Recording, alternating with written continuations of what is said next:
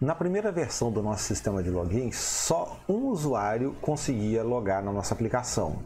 Depois a gente fez uma alteração que aceitava 3 usuários, só que essa alteração, cada usuário que a gente quisesse incluir, a gente tinha que alterar diretamente no código.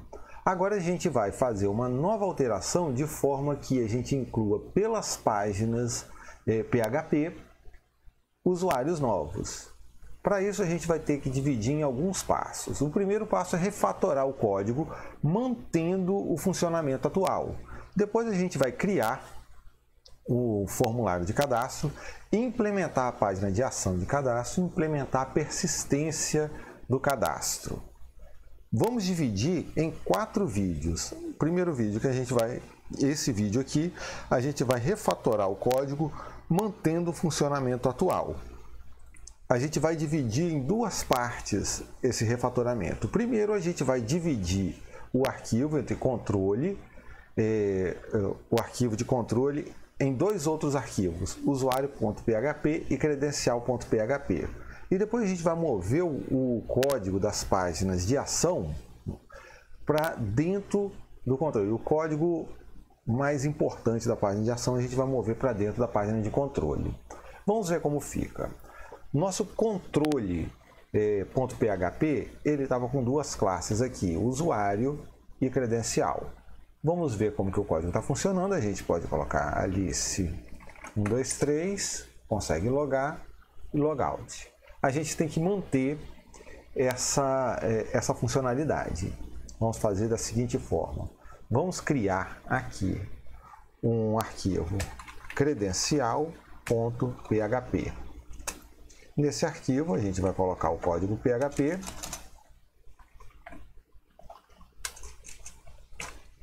que é a classe credencial. Sugestão que eu dou: cada alteração, fazer o teste novamente.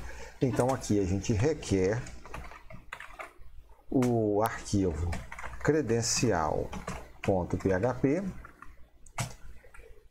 e o código que funcionava antes tem que continuar funcionando. Alice 123, login, logout. Agora a gente vai criar o código usuário.php. A gente, é claro, vai colocar a classe usuário lá dentro. Só que a gente tem que lembrar de uma coisa: a classe usuário precisa da credencial. Veja aqui. Veja que o usuário usa credencial aqui dentro. Então a gente precisa de incluir aqui credencial também. Aqui no controle poderíamos incluir só a página de usuário, mas vamos incluir os dois. Vamos requerer uma vez, require once, usuário barra usuário.php. Se a gente fez tudo certo, vai continuar funcionando. A gente vem aqui, Alice 123 e continuou funcionando. Próximo passo agora, a gente vai mover as funcionalidades que fazem o comportamento, as ações, para dentro da parte de controle, para dentro dessa página, que é a página o arquivo mais antigo desses 3, só que a gente vai colocar aqui dentro usuário. A gente não vai precisar de mexer mais, por enquanto. E credencial, a gente também não vai precisar mexer mais. Vamos alterar primeiro a página que a gente criou primeiro, que é essa, usuário logado. Veja que o usuário logado ele recebe o controle e a gente vai colocar isso daqui dentro de uma função. Função get login, que vai retornar o login. Return login. E aqui nessa página a gente vai reduzir um pouco o código para só receber o login. Vou tirar aqui. Vamos ver se isso está funcionando. Coloca aqui, Alice 123. Bom, esse aqui funcionou. O usuário logado continua funcionando. Outro que a gente fez foi o usuário login action. Aqui no usuário login action, a gente vai fazer algo um pouquinho diferente. Não vai fazer idêntico ao anterior. A gente vai copiar essa ideia, né, de colocar o usuário login e vai fazer uma função que function que é login. Não vou colocar agora os parâmetros e vamos ajustar aqui alguma coisa. Não é interessante que a gente use dentro de controle o post.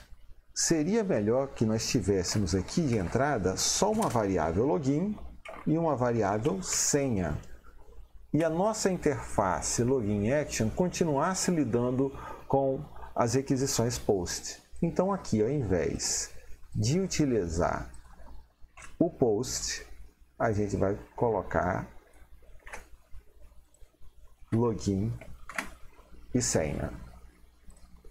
Então aqui a gente tem agora uma função login que passa login e senha, e se tudo estiver certo vai continuar funcionando. Alice 123 logout. Ok, essa está pronta também. Logout action foi outra que a gente fez. A gente criou um usuário aqui e agora seria legal que a gente fizesse uma página, uma função que fizesse esse logout para a gente. Function logout.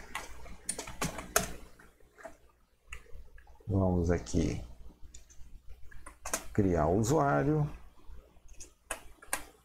chamar o usuário logout e aqui a gente altera um pouquinho o código também. Se a gente fez tudo certo, vai continuar funcionando.